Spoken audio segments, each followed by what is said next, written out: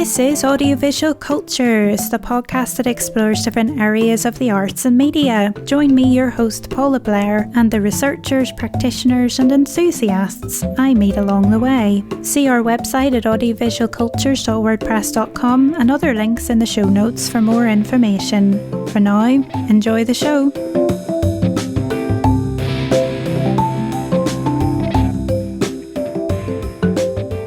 Hi folks, how you doing? It's Paula here. Just a quick note before this episode begins. The sound quality isn't brilliant on my end and I've been having some issues with my microphone. I don't really know what it is. I'm hoping I've got it sorted out now, but there are some episodes coming up that just aren't really the best quality, so I'm really sorry about that. As I say, I'm trying to figure it out. I think it's got something to do with my gain, if that means anything to you, being turned up too much, and I probably thought it was lower than it was and I had the microphone a bit too close to my mouth, so I think that's what's caused it. And I think I was playing around with it because the feedback through my headphones stopped working, and I've been a bit distorted when I've been wearing the headphones because it's supposed to feed back my own voice so I don't sound muffled to myself, and that has been really quiet lately, and I thought it was broken but it's actually just really quiet. I don't know what it is. I'm just struggling with the sound levels on my computer and stuff. Sound's been weird in the computer for a while, so when I turn the volume up I can hear myself, but then if I'm speaking to somebody else they're really super loud and I can't deal with how loud it is. So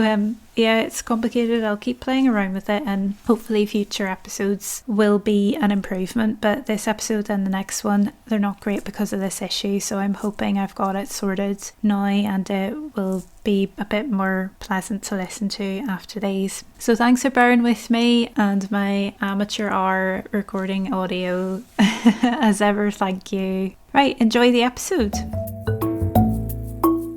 All right, hello, how is it going? You've tuned into another Audiovisual Cultures, the podcast that explores lots of fascinating areas in creative practice and arts and humanities research, which is important today. I'm Paula Blair and I am absolutely thrilled to be joined by my very dear friend, Dr. Fiona Noble, and we're going to talk a bit about her research in contemporary Spanish cinema and maybe a few other areas as well. We'll see how we get on today. A very warm welcome to you, Fiona. Thank you so much for joining me. Thank you, Paula. It's a pleasure to be with you. Yay! I feel like we're getting the gang back together a little bit, tiny bit, just the two of us.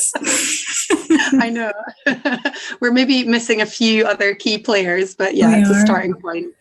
So some of you may or may not know, Fiona and I became friends when I had a short stint in Aberdeen way back in 2013, a long time ago. Was it? Oh, as long ago as that? As long ago as that. We've known each other a while. We're getting old.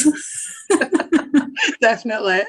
Fiona, I'm so glad to have you on the show. Now, this is really important. I have to explain because way back at the start of this podcast, because I think you might actually be one of the reasons why this podcast even exists. And it's certainly why it has the name that it has. And I remember this distinctly. My memory is broken in many ways, but I remember this distinctly. Years ago, you and I had a conversation in Aberdeen thinking through, well, it's not really just film studies that we're scholars of or teachers of, it's audiovisual studies. That's one of the reasons why, and one of the things that has led me to paying more attention to the audio bit of that. So you're integral to this podcast. It's about time that you've actually appeared in it. Oh, that's so nice. I remember that conversation too, because it's something that I'd really been thinking about kind of post PhD and post kind of fitting into a specific place in the university, and then thinking about your research and where that was going. And yeah, for me, I'm always trying to emphasize the fact that it's not just kind of visual culture, because that's the environment that we came out of in Aberdeen, really. That was the key term, I think, that was circulating at that time. But actually, you know, thinking about cultures plural, and then also thinking about, the fact it's not just visual, you know, it's that audio dimension as well, which is really important and quite often gets forgotten about. I think that's really lovely that this podcast, or at least the name of the podcast, kind of germinated from that conversation way back when. Yeah, it absolutely did. And I've been on a really big learning journey, fleshing out my own knowledge of audio as well. This is going to come out actually right on the back of one I did yesterday with an audio drama producer, and we get into really super nerdy stuff about, panning and proximity with sound, and it's so class. I can't wait for that was the year to be out after that one.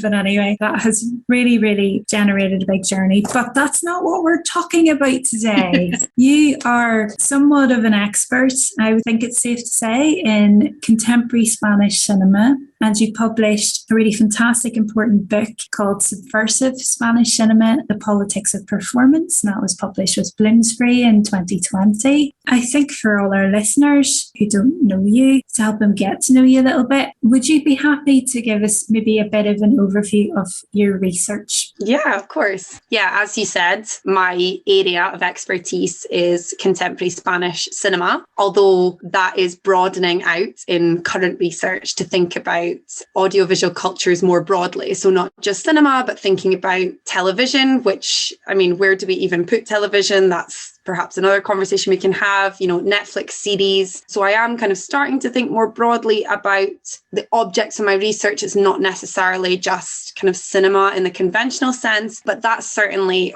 where my area of expertise lies. I did my PhD in 2015, or finished it in 2015 at the University of Aberdeen, and that focused very specifically on 3 key figures in contemporary Spanish cinema. And when I'm saying contemporary, in the context of the PhD, that was kind of post-75, so post-death of Franco, and, up to the present day, or up to about 2010, certainly, with the PhD research. More recently, my research is focused on much more contemporary works, looking at Spanish cinema since the crisis, the economic crisis in 2007, 2008, and also at kind of Netflix-produced series as well. The thesis looked at children, performers, and immigrants. So thinking about specific identity positions and how those are represented through film, in the case of the thesis. The book is sort of the thesis rather was a jumping off point for the book, in the sense that performance was one of the categories that I looked at in the thesis, and it became the main focus of the monograph. But actually it involved a lot of new research. It's not just kind of a revisioning of the thesis materials. So the book is very focused on performance and performers in contemporary Spanish cinema, and it looks at the relationship between performance and politics in particular. So not just kind of party politics, but also the political in other shapes and forms, I guess. It feels quite strange talking about the book now, because it, in a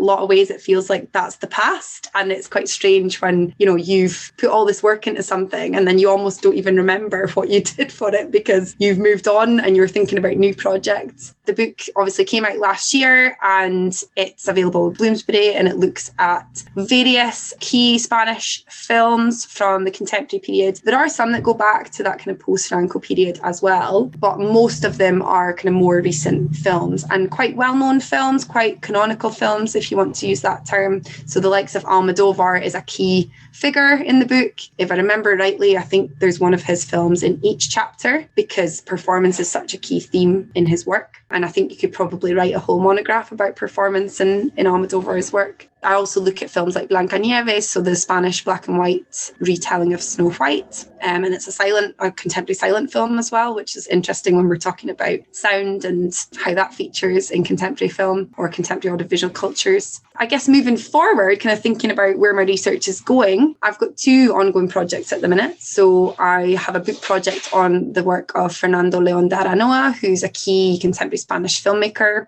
who's also been working more recently in English language filmmaking. Then I've also got a project on gender and sound. So coming back to our conversation about audiovisual cultures and the kind of oral dimension of visual cultures, it's very much in preliminary stages of research, but it's also kind of looking at gender and representations of sound, both the sonic dimension, but also the visual representation of sound as well. Sorry, I feel like that was a really rambly response and probably didn't really give an overview of what I'm about at all. I think that was great. People always do this, right? and I have to remind them, you're on a podcast. I've invited you to come on to talk to me about stuff. So then you're apologising to me about talking to me about stuff. So just relax and ramble away. You're given the content, baby. It's fine. Oh, that makes me feel better. Thank you. This is literally what podcasts are, is people are rambling about stuff. But there's loads there, but that's great. I love it when people really take on that and they go for it, because it gives us loads of stuff then to look at in a bit more detail. Like with your book, Subversive Spanish Cinema, just those 3 words, there's so much in there to deal with, if you know what I mean. So what do you mean by subversive? What do you mean by Spanish? What do you mean by cinema? What do you mean by Spanish cinema? What do you mean by subversive cinema? What do you mean by subversive Spanish? It's all that. So there's meat in just those 3 words, never mind the next 4 words in the title. So do you have some thoughts for us on that? What does it mean to be subversive? What do you identify as subversive Spanish cinema? Yeah, that's such a good question. And I think that was one of the key points that came back when I'd submitted the first draft of the manuscript to the publishers, and they talked about what I needed to do to pull that thread and that idea of subversive Spanish cinema through the book. Not that it wasn't there, but that,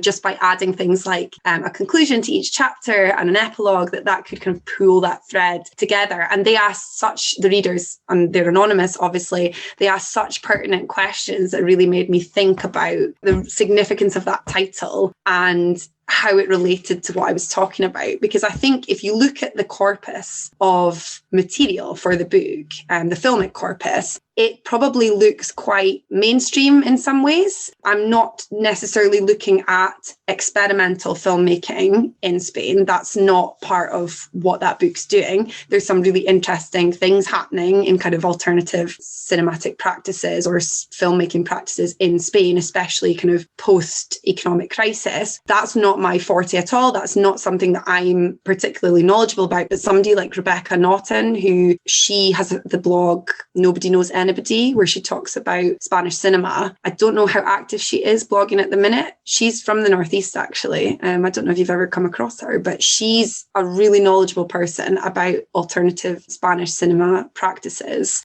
That's not what this book is. It's not about kind of looking at what's happening out with the mainstream, if that makes sense. It's more about looking at, the key players of Spanish cinema. There are some films in there that are less well known. There are some filmmakers, the likes of Pedro Almodovar, who is probably, the most well-known Spanish filmmaker, certainly in the UK. But the book deals rather with subversiveness within those kind of mainstream contexts and looking at how the oppositional filmmakers who were working under Franco, so the likes of Carlos Saura or Luis Garcia Berlanga, Juan Antonio Bardem, who's the uncle of Javier, of course, people like them who were left identifying filmmakers under Franco, working during the dictatorship, during the very strict censorship conditions that there were at the time. So it's looking at those as kind of precursors to what's happening in contemporary manifestations of performance and representations of performance in contemporary Spanish cinema, and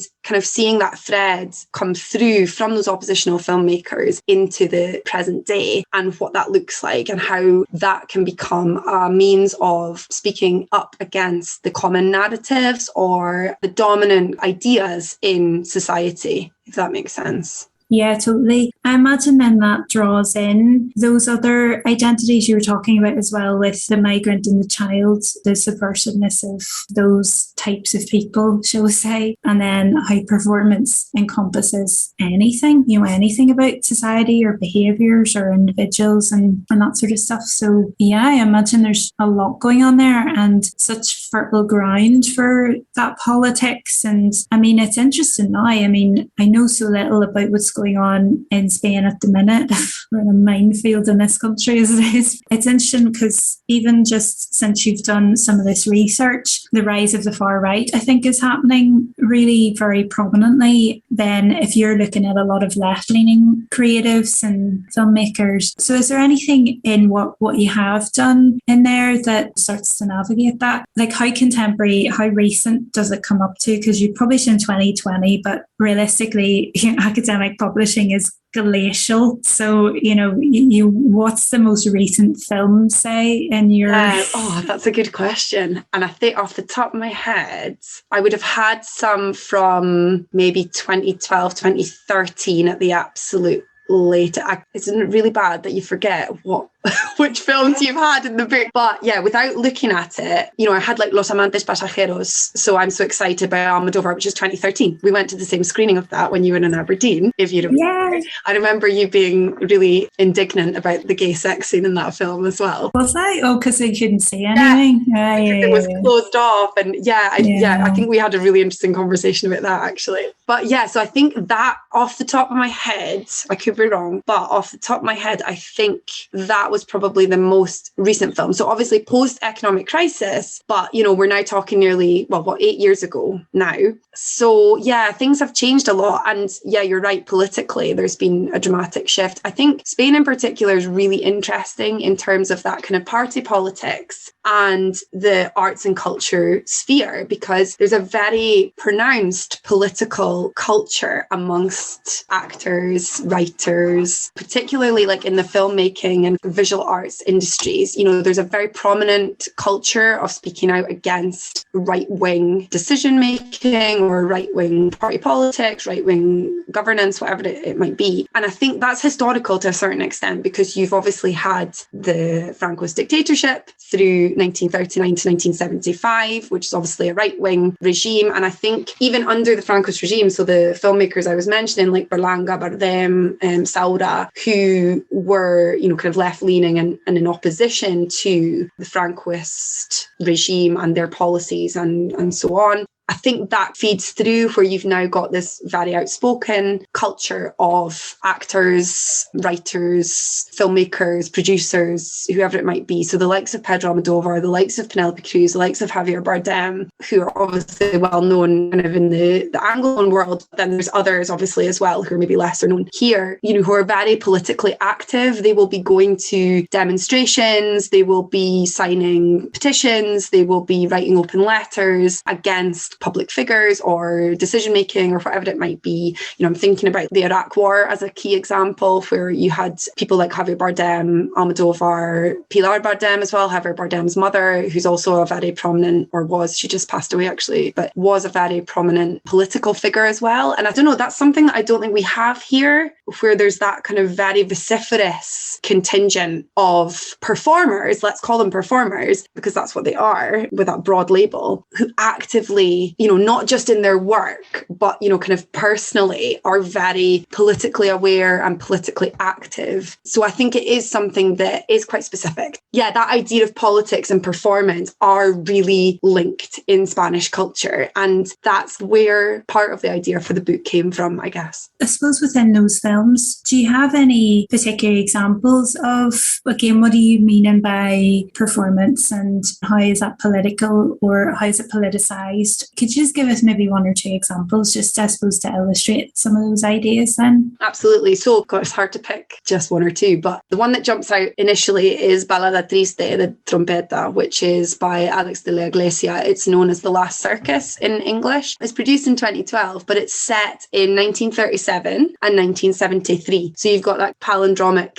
setting in terms of time markers, but obviously it's made in 2012. So you've got that triple time structure or time frame to the film, and it looks at a circus troupe. So you have two key characters, two protagonists who are clowns, the kind of sad clown and the happy clown. And in 1937, the figure who will become the sad clown witnesses his father being rounded up by Franco's forces in the Civil War. And you've then got the moment in 73 where he's become this clown in this circus group. And I guess just as a kind of really rudimentary introduction to Spanish history, 73 is a key moment because Franco is very ill at this point. He will die in 1975 and, his regime will pass over to King Juan Carlos. But at the point in 1973, there are key political tensions going on with, for example, the Basque separatist group ETA. And, you've got the assassination of Carrero Blanco, who'd originally been picked as a successor to Franco. So there's a lot going on historically at that moment. The film uses the location of El Valle de los Caídos, which is the Valley of the Fallen, just on the outskirts of Madrid in Spain, where, until very recently, Franco's remains were buried. But this valley was constructed partly by, or mostly by, Republican prisoners in the aftermath of the Civil War. It is obviously a commemoration of the Francoist fallen, but doesn't commemorate the Republican fallen at the same time that their bones are actually kind of built into the framework of the structure, because a lot of them died while they were building it. So it's a very controversial site, as you can imagine, in Spanish politics. And actually very recently, I think I was just able to include it in the book, Franco's remains were actually moved from this site to a private burial ground, because obviously it's problematic in the contemporary context that you've got the remains of a right-wing dictator who wasn't ever brought to consequence over the crimes that he committed, and likewise his officials as well. So it's a really controversial site, and it's a site that's still possibly to this present day, certainly when I've last been in Spain, it was still a site of commemoration of Franco and his regime and his principles. And on the anniversary of his death, there would still be demonstrations and whatnot there. So very prominent site and very problematic site. And a lot of the scenes of this film, or some of the scenes of this film, are staged on this monument. And I remember actually having a conversation with you about this and how, you know, there's this monetization then of this site as well, because not only has it become a site of commemoration, it's also a film set, right? It's become part of the film industry. It's become a way of making money in the film industry. So it's certainly not easy to tease out all these tensions. But I think that's one example where you've got this very obvious confrontation of performance and politics. Some of the examples in the other films are kind of less obvious or less demonstrative in that way of the political side of things. One of my favourite films in that book is by a filmmaker called Achero Mañas, who isn't very well known beyond Spain, but he's also a very outspoken political figure in Spanish culture. And, you know, to the extent that he even kind of renounced filmmaking and decided to put all his films up on YouTube because he believed they should be accessible for all. You know, so he's a really interesting figure. And his film Todo lo que tú quieras, so Anything You Want in English, from 2010, is about a little girl whose mum dies, and her dad,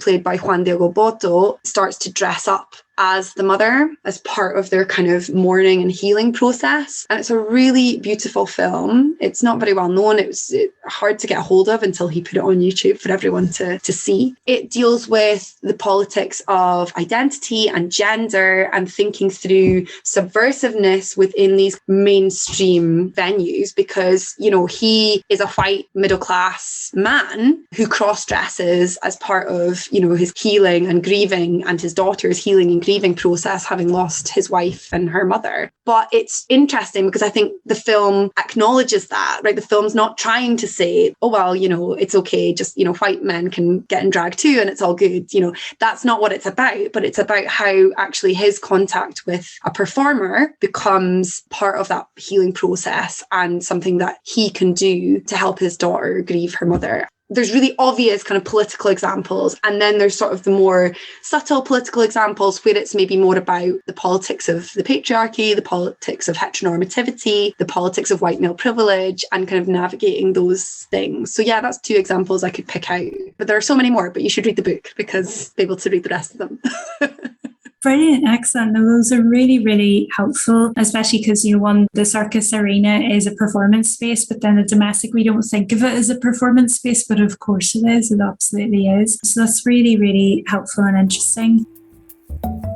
If you're interested in giving regular support for the podcast but aren't keen on Patreon, I now have membership options on buymeacoffee.com/PEA Blair, where you can get the same extras as well as some others exclusive to Buy Me a Coffee. Head over to buymeacoffee.com/PEA BLAIR to browse membership options or drop a $5 into the tip jar. Thanks and enjoy the rest of the episode.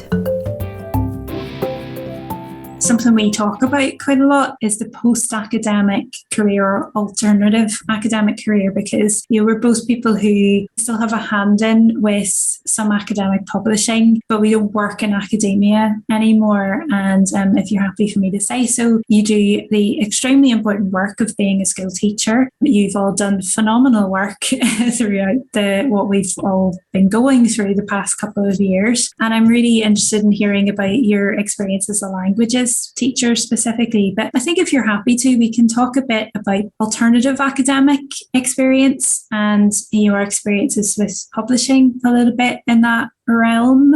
How are you feeling about that at the minute, and where are things lying with you in that area? It's such an important aspect of, what would you even call it? Just of academia and generally right now, that so many of us are coming through the system, getting a PhD and doing it quite successfully, actually, having a good CV, doing all the right things, and for one reason or another, not ending up working in academia, whether that's through a choice that's made or whether that's trying and not managing to get a job or deciding to opt out. There's lots of reasons for it. And I think it is something that I'm quite open about personally, about my circumstances. There was a part of me that wondered if, not working in academia would be something that held me back if I wanted to continue with research. But I would have to say that for now, it doesn't seem to be. And I think that more and more of us are choosing to take alternative paths because that's what works for us. And we're not willing to sacrifice whatever it is, certain aspects of our lives to have the academic job. So yeah, for me, I feel quite happy with where things are.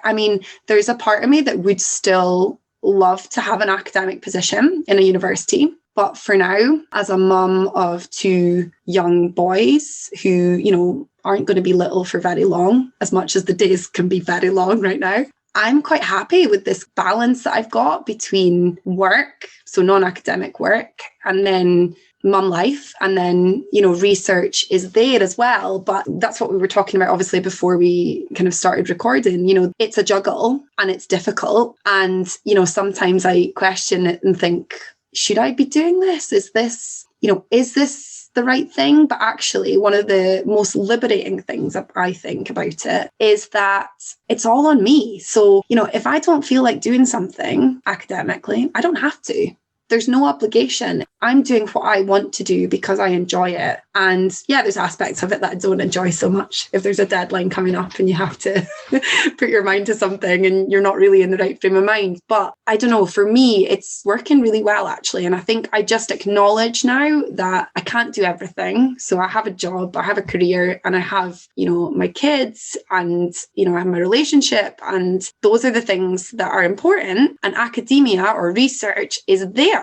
And it's really important to me, but it's not the defining component of my identity anymore, which I think we maybe all go through that with the PhD. It becomes like this huge thing, and it can become really difficult to see yourself outside of that. But for me, it's just, well, this is me and I do all of these things. I don't know, I think because more and more of us are in that boat, it doesn't feel so scary anymore. I feel quite at peace with my decision. And from what I can tell, it's not a negative. People are still interested in what you have to say, even though you're not working in an institution. And I do have to say that I am really lucky to be able to, I have an honorary affiliation with Durham University, and Durham have been really supportive in terms of providing me library access. So, I do have certain privileges, although I'm kind of on the fringes or on the margins of academia. I do have certain privileges that I benefit from in terms of being able to access material online and just having that support of an institution who, are there if I'm doing any sort of applications. Well, I've got that honorary affiliation. And then also at a personal level, I'm able to count on academics who are so supportive and so generous with their time, and so willing to help. And even some academics who I've never met personally, but I know them through Twitter, and they'll read an application for me or they'll read a chapter for me. I guess social media and, networks like Twitter and being able to keep in touch with people virtually are a huge part of that, feeling like an academic community, even though you're not in an institution. So it works for me just now. And, as long as it is working, then I'm just going to keep going with it, I think. What's your thoughts on it? How do you think it's kind of manifesting nowadays with that kind of alternative path or paths to academic work? Yeah, I think those are some really useful thoughts. Maybe I haven't put myself into a community as much lately. I think my social media activity has become about the podcast mostly, I think. So I don't feel as embedded in those circles, but I know exactly what you mean because I have been part of that before. It is really useful and you do make friends. I mean, that's when, before Twitter became a political cesspit, that's what it was amazing for people like us, was we would find each other. I mean, they're mutual friends of ours who I met and became friends with on Twitter and then became friends with in real life. And we're still really good friends now, so that's really valuable. And it just happens that you're academic researchers as well, which is lovely, so it's a great place for sharing and for learning and for hearing about new people. The last time I spoke at a conference, certainly in person, was in 2017. I had on my badge freelance scholar and people challenged me about that because I chose not to say independent because I don't think that's ever true. Nobody's ever truly independent. And I suppose indie has become something that's a bit separate from independent, if that makes sense. The language around this is very interesting to me. And people said freelance just implies that you're ready to take on work. I mean, well, yes, I am because I need money. So yeah, I am for hire. That's exactly what I want to communicate through using the word freelance. I am a freelancer that way. I will take on commissioned work. So some of the more recent publications I've done have been commissioned things. There's been things that I've been asked to contribute to. And there wouldn't have been things that I would have seen a call for papers and gone, I have just the thing. It was somebody asked me to do that because they knew I could do it. So I did it. And then I got a tiny bit of money for that, which was nice because you don't usually get that really in academic publishing. It's a total myth that you get any sort of money for academic publishing. The publishers get your money. So I suppose in terms of like a community, that's a good question because I don't really know the answer. I suppose it's what we make good ourselves. So we make our own community. So it's really great to hear that you feel like you're still part of a community and you don't feel alienated from that. I don't really know because I suppose I've been putting more effort into becoming part of a podcasting community, which is a great community because it's such a young medium that we're all helping each other, which is really nice. So it feels a bit like that in a way where they'll go, oh, I don't know how to do this thing. How do you do it?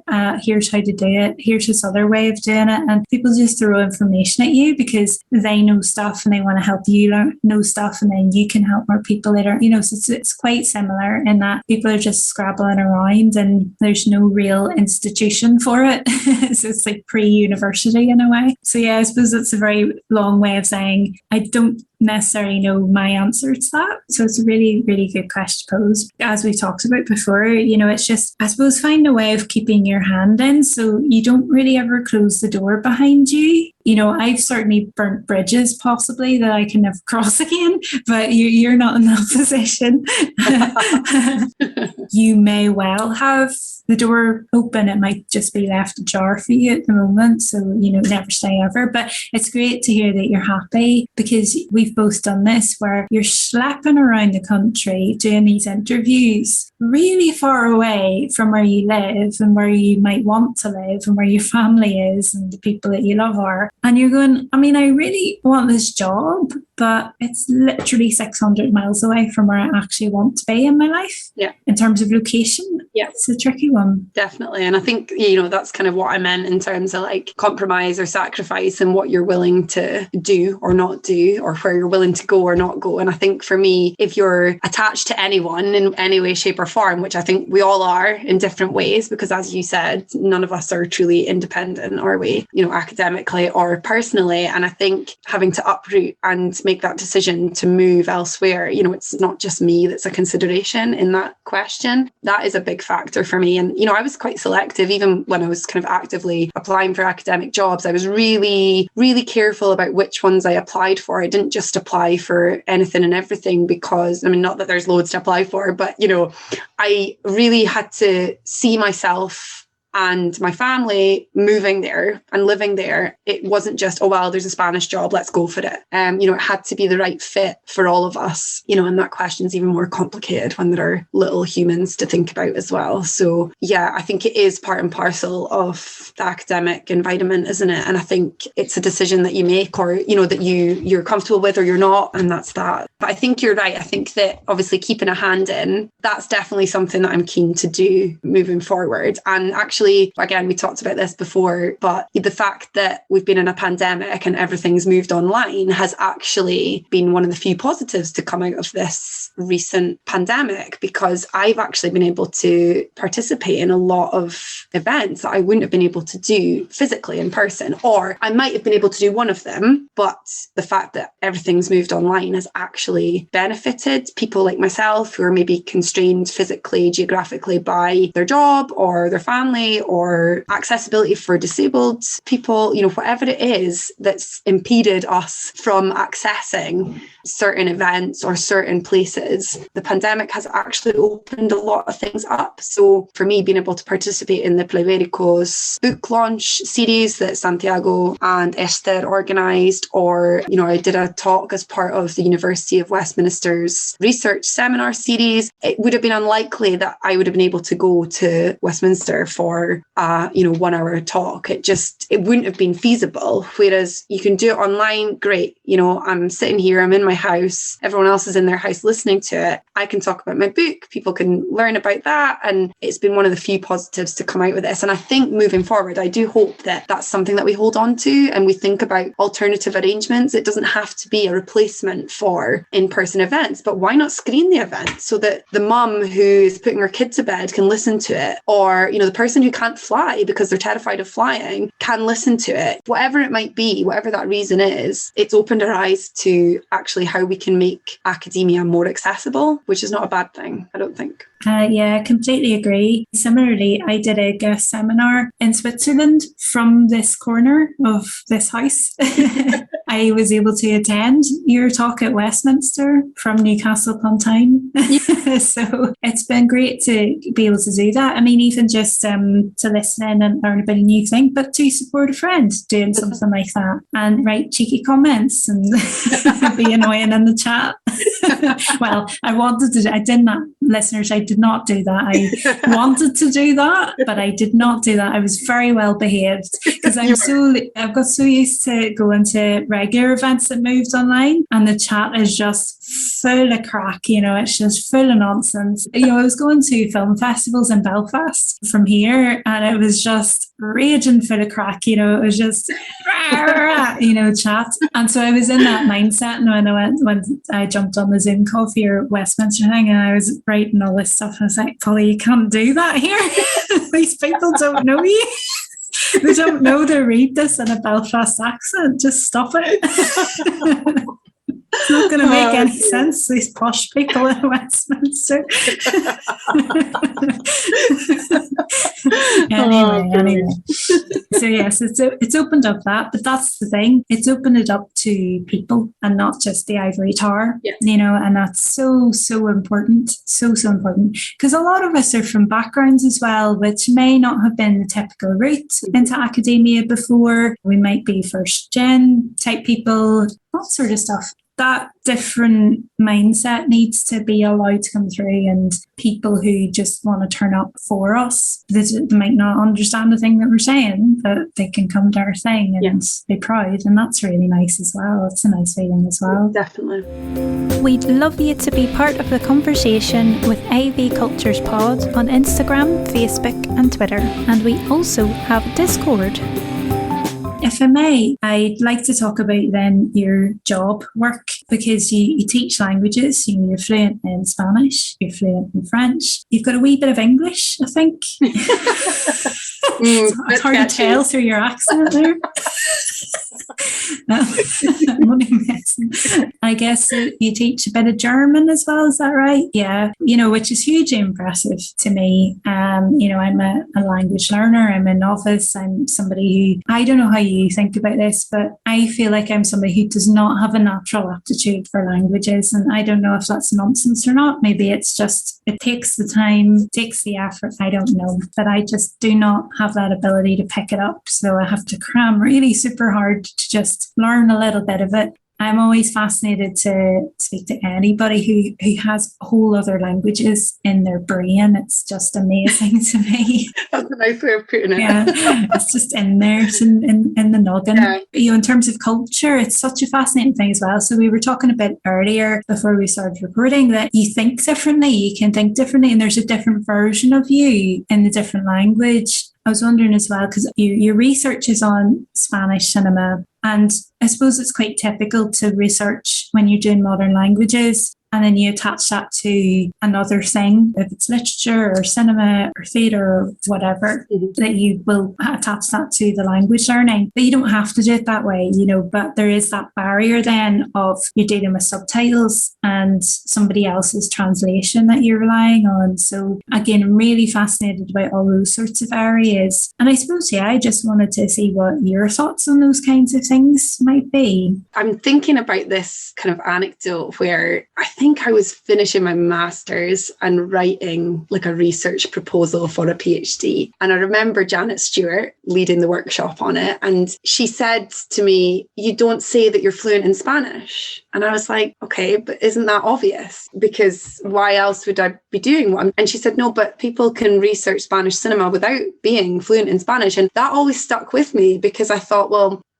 I just assumed that they would know that. I didn't realize I would have to spell that out, and make that explicit. And I think it is one of those things that when you become fluent in another language, that isn't one that you've been brought up with, you almost kind of forget that what you can do is not necessarily something that other people can do. And I'll often say, when I'm doing things with the kids at school, oh, but it's obvious. Like, how do you not know that that word's that? And I say to Scott, can you not see that that word would mean that? And he's like, no. He's like, I cannot see that at all. He's like, that's your brain. Your brain just knows that that's the connection and that's how it works. It's like, that doesn't make sense to me. So I quite often bounce things off him, actually, if I'm ever like preparing stuff at home or thinking through something to do in class. He's kind of my guinea pig because he would see himself probably similar to how you view yourself. So he would say he's not a natural language learner. He doesn't have that kind of affinity for it. His brain just doesn't work in that way. And he found it really hard at school. Whereas, I didn't start learning languages till I was in secondary school. I don't know if you were the same. Yeah. We had no contact with language learning beyond English at primary school. And, we got arbitrarily assigned to either French or German when we went into first year. I really wanted French for no reason, really, other than I just fancied French. But we didn't get a choice. It was, right, here you go, you're in this class. Unless you had a specific reason, like, I don't know, you had French family and you went and visited them every summer and, you could just already speak a bit of French. Well, you might get French then. Or similar for German, you've got German cousins, so you get German. But most people just got randomly put into classes. And I got German. And I remember my teacher being so excited about, you're so good in German and you're really, really good at this and you should keep it up. And to be honest, hand on heart, I didn't really try that hard because it obviously just kind of came naturally and I didn't really have to do much work. I really enjoyed it and I did put some work in because I was a good kid at school and worked pretty hard, quite studious.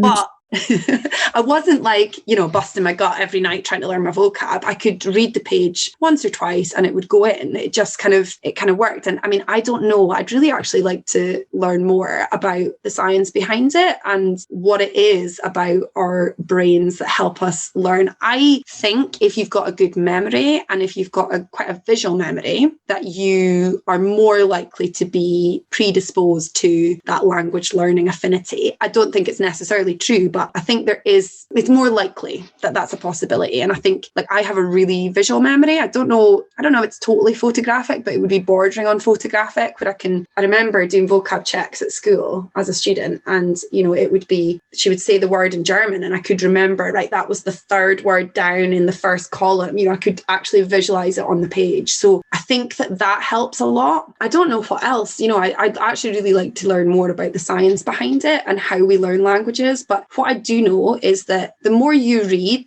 in your own language and in other languages, the better your language will be and the easier it'll be to learn other languages. So I'm learning Portuguese just now as well, just on Duolingo. I'm not doing anything more adventurous than that, but it's something that I've been interested in for a while. Scott had a colleague who was from Portugal and he would talk to me in Portuguese and then I could understand what he was saying, but I couldn't reply and it used to really frustrate me. So I'm trying to do Portuguese on Duolingo just now. And it's fascinating because there are so many connections with Spanish, but then the pronunciation is really different. And sometimes there'll be a random word. So like I was doing the animals one and I hadn't looked at it for a while and butterfly came up and I'm like, if I don't know what it is in Portuguese, I'll just have a guess and just put the Spanish.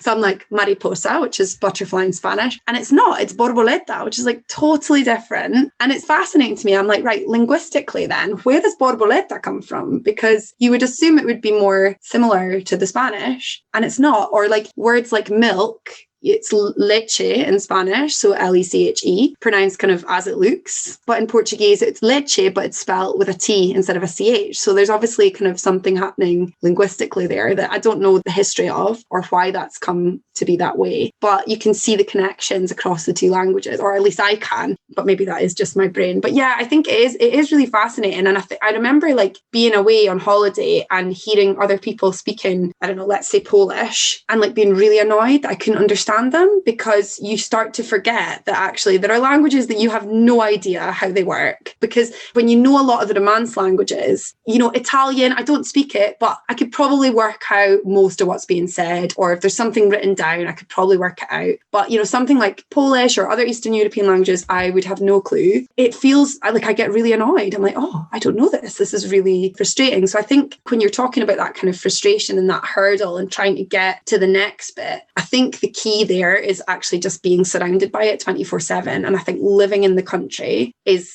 pretty much the only thing, or living with somebody who speaks the language, who can talk to you in that language all the time. But even then, you're not totally immersed in it because the radio is not in that language. You know, you're not hearing it all the time. And I think for me, my Spanish, which is my strongest language, it does go through peaks and troughs. You know, there'll be times where it's better than others. And that could be because of other factors. Like if I've got a lot going on, I'm stressed, I've not really been investing much time in it, my brain's not really in the right place. It might not be too hot, but actually then I can start spending time on it again. So I'm watching a lot of Spanish series on Netflix right now because that is, you know, an amazing way to immerse yourself in the language. I listen to Spanish music. So I go back to the CDs that I bought when I was living abroad. And, you know, I was able to go to like FNAC or El Corte Inglés and see what was in the charts and buy stuff. And I'll listen to that and sing it. And that helps as well. And then, yeah, just reading in the language as well, which obviously the research for me is part of keeping my language alive as well, because it helps me to keep it there. So it's a bit like playing a musical instrument or exercise where if you don't use it, then you do lose it. It does disappear, you know, hence why teaching German for me was quite a lot of fun last year because I hadn't used it in 17 years. So going back to that was a real challenge, but it was also really interesting because it actually brought back a lot of what I knew already and just was kind of lurking in the back of my brain, but I couldn't quite remember it. But a lot of it I was having to do on the hoof when I was Googling things before the kids could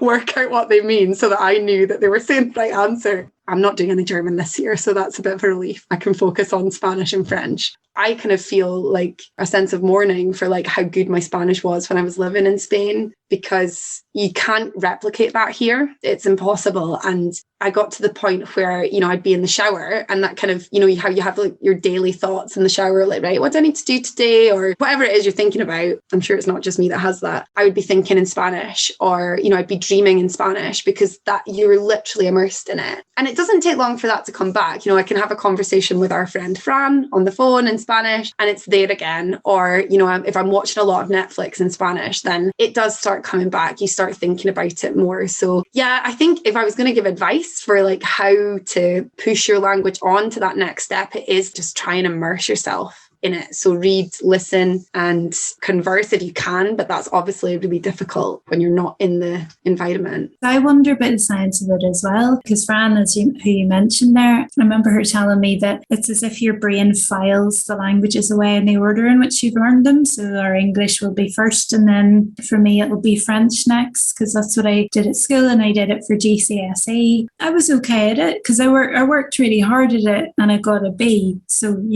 that was me working super hard at it. Couldn't do awesome at it. I was kind of reading okay, and the multiple choice questions probably helped you out a little bit as well. Because you've got a chance then at getting something right. But it's the oral and the listening, I think, because as you say, if you're not immersed in it, it's really tough. And I was doing better at Spanish for a while because I was listening to the Duolingo Spanish podcast. Is brilliant, by the way. It's just great stories in it. It's really fun to listen to. So if you're doing intermediate English or Spanish, either way, I think it's really useful to listen to and it's just really, really cool stories. And they're very good about doing all the different accents from all the different places. So my listening was getting really good. But then I get obsessed with I find another podcast and I get obsessed with it, and that's all I listen to because I'm a nerd. So and I have to do the whole thing. So, I'm ridiculous with these things. And it was the same. I was doing really well at listening to Irish because my Irish is very beginner, but I was trying to listen to it just because you get used to the sound of it. And then you go, oh, I know that word. Oh, that's really good. And, you start to feel good about it. Like you say, you see the connections because even with Irish, there are some very vague similarities with how the verbs work and the roots of some verbs and things. They're quite similar actually to the Spanish, and that compartmentalizing, because there are times when I've been in Spain with Fran and I'm trying to talk to her mum and what comes out is French, and I haven't used French since I was 19. Where is that French coming from? It's because it's the next language. And then there are times when I'm trying to do my Duolingo Irish and all it'll come is the Spanish and I can't reach it, and it's really, really interesting how the brain works, how it sort of separates the languages into the different parts of those memory banks, So it'd be really cool to learn more about that. Yeah.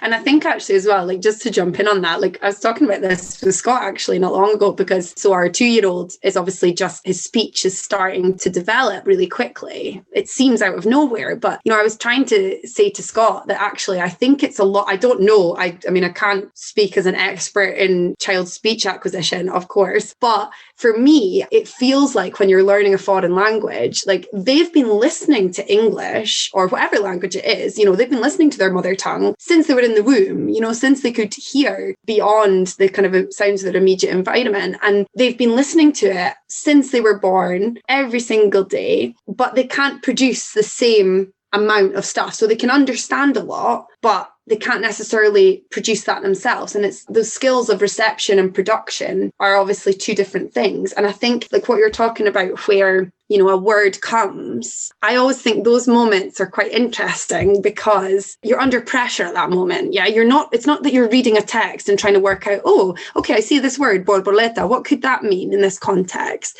You're in this stressful situation where you're trying to produce a word. So I imagine that your body's in this high alert type panic state linguistically, where it's shopping for this word in your brain and something comes out. And I hadn't really thought about things being filed in a certain order, but for me, it's interesting because Spanish was the most recent language that I learned. So I started with German, then I did French, and then I did Spanish. Well, I did all three, and then I dropped German and kept up the Spanish and French. But then obviously Spanish, because I invested so much more time in it and spent more time there and, researched it academically and whatnot, it's obviously become the stronger. But then going into the school setting and having to teach predominantly French to start with was really daunting. And people were probably thinking, well, why are you worried? You've got a degree in French. But yeah, but I haven't used it in 11 years or something. I hadn't really used any French. But it's amazing what is actually there, what you've retained and what comes back to you. And I found that with the German this year because, I haven't used German. I dropped it first year at uni.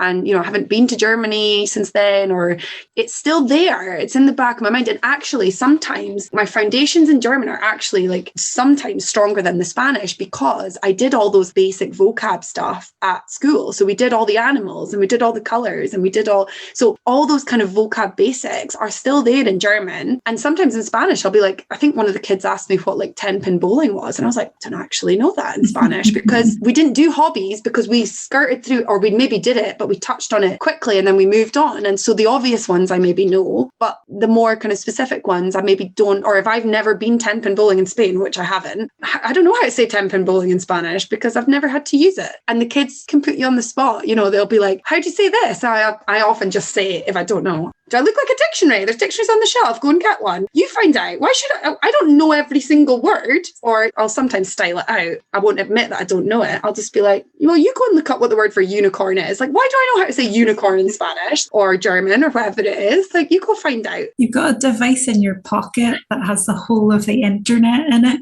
I know, but they still want to ask me. Those moments of like when you're trying to find a word and either it comes out in the wrong language or you make this massive faux pas where you say a false friend and it's not actually, like, I always tell this story and I tell it to the kids as well at school. Like when I was working in the school in Spain, and it was like one of my first days there, and I was meeting colleagues in the staff room, and here was me like freshly graduated from my undergrad, like 21 or something, 22 maybe, and talking to this older teacher, and she's like, oh, estoy muy constipada hoy. Now, what you need to know about Spanish people, and you maybe know that this already, they love to talk about their ailments. They love to talk about what's not going so well. That's a big stereotype, but it's like us with the weather. Like we love to talk about the weather. Spanish people love to talk about their health. So she's like, estoy muy constipada. And I was like, wow, that's like a lot of information considering I'm just meeting you. You're telling me that you're constipated. Like what? Like you obviously feel that you can talk openly to me. That's great.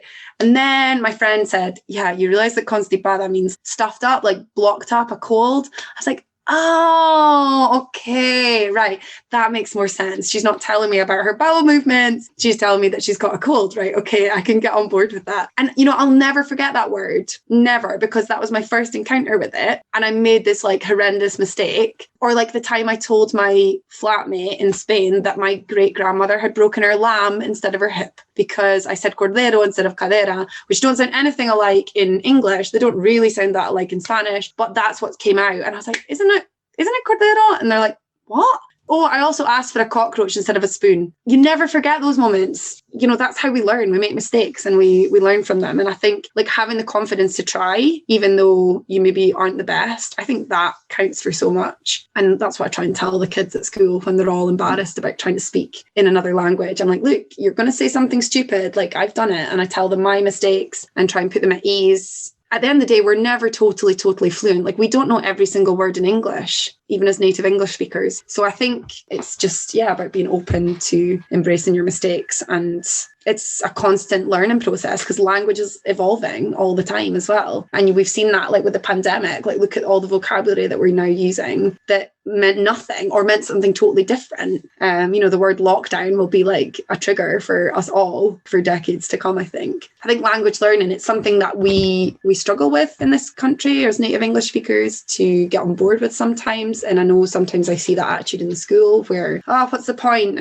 Why I don't need to speak French. What's the point of me learning French? Why can we not just speak English? And I think actually it's one of the most important things that we can study and learn because it's crucial to our species, our culture, communication, whether it is just your own language. And I think that is the other side of it, actually. Learning other languages teaches you about your own language and makes you reflect. And that maybe comes back to what we were talking about being a different person in another language. And I think that is a key part of it. As language learners, we've probably all had that experience of trying to talk in another language and struggling to get who we are across. And that can feel really strange, but then you have to kind of discover who you are. I don't know, it's really interesting. I didn't think we'd end up talking about this, but I think it's fascinating. And obviously it is something that we reflect on a lot at work. And it feels like an uphill battle sometimes trying to teach languages in an Anglophone context because there is a lot of resistance to it. And people find it hard. That's the other thing. People find it hard. And we're sadly not part of our schooling system from early enough in any sort of meaningful way. Hopefully that is changing in Scotland with the 1+2, but it's a long road, I think, to get there. Would you like to receive updates, links and special offers straight to your inbox? Then visit audiovisualcultures.wordpress.com to sign up to our mailing list. Thank you for all of that. There's a lot here. I mean, I feel like, as with all of my interviews with people, I feel like we're only scratching the surface and there's so many areas we can expand on. So you're always welcome back again. This is as much your podcast as it is mine. It's been a real joy, and it's been really lovely actually to talk about a lot of those things. Because again, on the other side of that, as a language learner and somebody who feels like they're just muddling through very slowly, it's lovely to hear encouragement like that, as well. I think that's really important. So I hope that's useful for anybody else who's listening, because I think it is fascinating. It's a fascinating area of culture. And I agree, I think it's something that we're very rubbish at actually in this country, is learning other people's languages. And it opens up so much to your lived experience, I think. Even if it's just the theory, as you compared it with music actually and practicing. I learned some music when I was a teenager, and I was always better at the theory of it than the actual playing of it. And I think it's very similar with language, where I understand the theory behind it. I understand how a language works, how the mechanics of it work. I can explain it all to you. I can explain, right, this is how a sentence structure works in Irish. Can I tell you an example sentence? Give me half an hour to figure it out. It's one of those. So it's really great then to hear the other side of that as well. But also, how it then folds into your other interests, and the other things that you do with your life. And that's really, really helpful. So Fiona, I don't want to keep you anymore. You've been so generous with your time, but do you want to point people to where we can find you? Because you've got a really lovely blog and you're quite active on some of the socials. Are you happy to just point people towards where we can read up more of your stuff? Yeah, of course. So I have my blog, which is a little bit neglected, but I'm hoping to revive that, especially with the new book project on Fernando León de Aranoa. I'm hoping to give myself an enforced writing deadline of some sort for that. So the blog is SpanishCinephilia.wordpress.com. I've got a kind of mixture of stuff on there. It's not just Spanish cinema stuff. There are kind of reviews of films that I've watched, or thoughts on films that I've watched or studied or come across in my time working on Spanish cinema. But there's also stuff on there about being a PhD candidate. I've got a series of blog posts on there about my Viva experience and my advice, which is quite a popular post. I think it's probably my most visited series of posts. So there's a mixture of stuff on there. On Twitter, you'll find me at Fiona F. Noble. And then I'm also on Instagram, and I'm trying to remember what my handle is off the top of my head. I think it's Dr_teacher_mom. It is a private account, but it's only private because I post some pictures of the kids on there, never their faces or anything. So I'm happy for people to follow me there as well. It's just, it might not be very exciting from an academic perspective. It's more my mum life and mum moans. Sometimes the odd thing thrown in there about academia or teaching or plants, as I was posting this weekend, because I'm trying to make my garden look a bit nicer. So there are some random things on there. And I think that's it, is it? Or I guess by email as well, fiona.noble@durham.ac.uk is the academic one that I use most of the time. So you'll find me there, and I'm happy for people to follow and see what I'm doing and engage in dialogue and whatever that might be. That's wonderful. Thank you so much. And thank you for your time. Thank you for your amazing brain. Thank you for being an awesome human. And thank you for being on my podcast. Oh, thank you for inviting me. It's been a long time coming, hasn't it? We've been trying to sort this out for a while. So I'm really delighted that we managed to make the most of my child-free afternoon. Yay! By having a good catch up first and then recording this. It's just been such a joy, and my cup feels so full having spoken to you. So I'm just delighted, and I'd be equally delighted to come back and chat more another day. So let's do that. We should do some movie chat, because it's been ages since I've done let's watch a movie and chat about it as an episode. So it'd be really class to do that. Maybe we could do Blancanieves, or I'm so excited, haven't seen it since we went to the cinema to see it. It'd be good to see it again, see if it holds up. That sounds good. We should do a virtual viewing together, and then do a discussion afterwards. That would be cool. That'd be fun. Right, thanks, Fiona. Take care. Okay, thank you, Paula.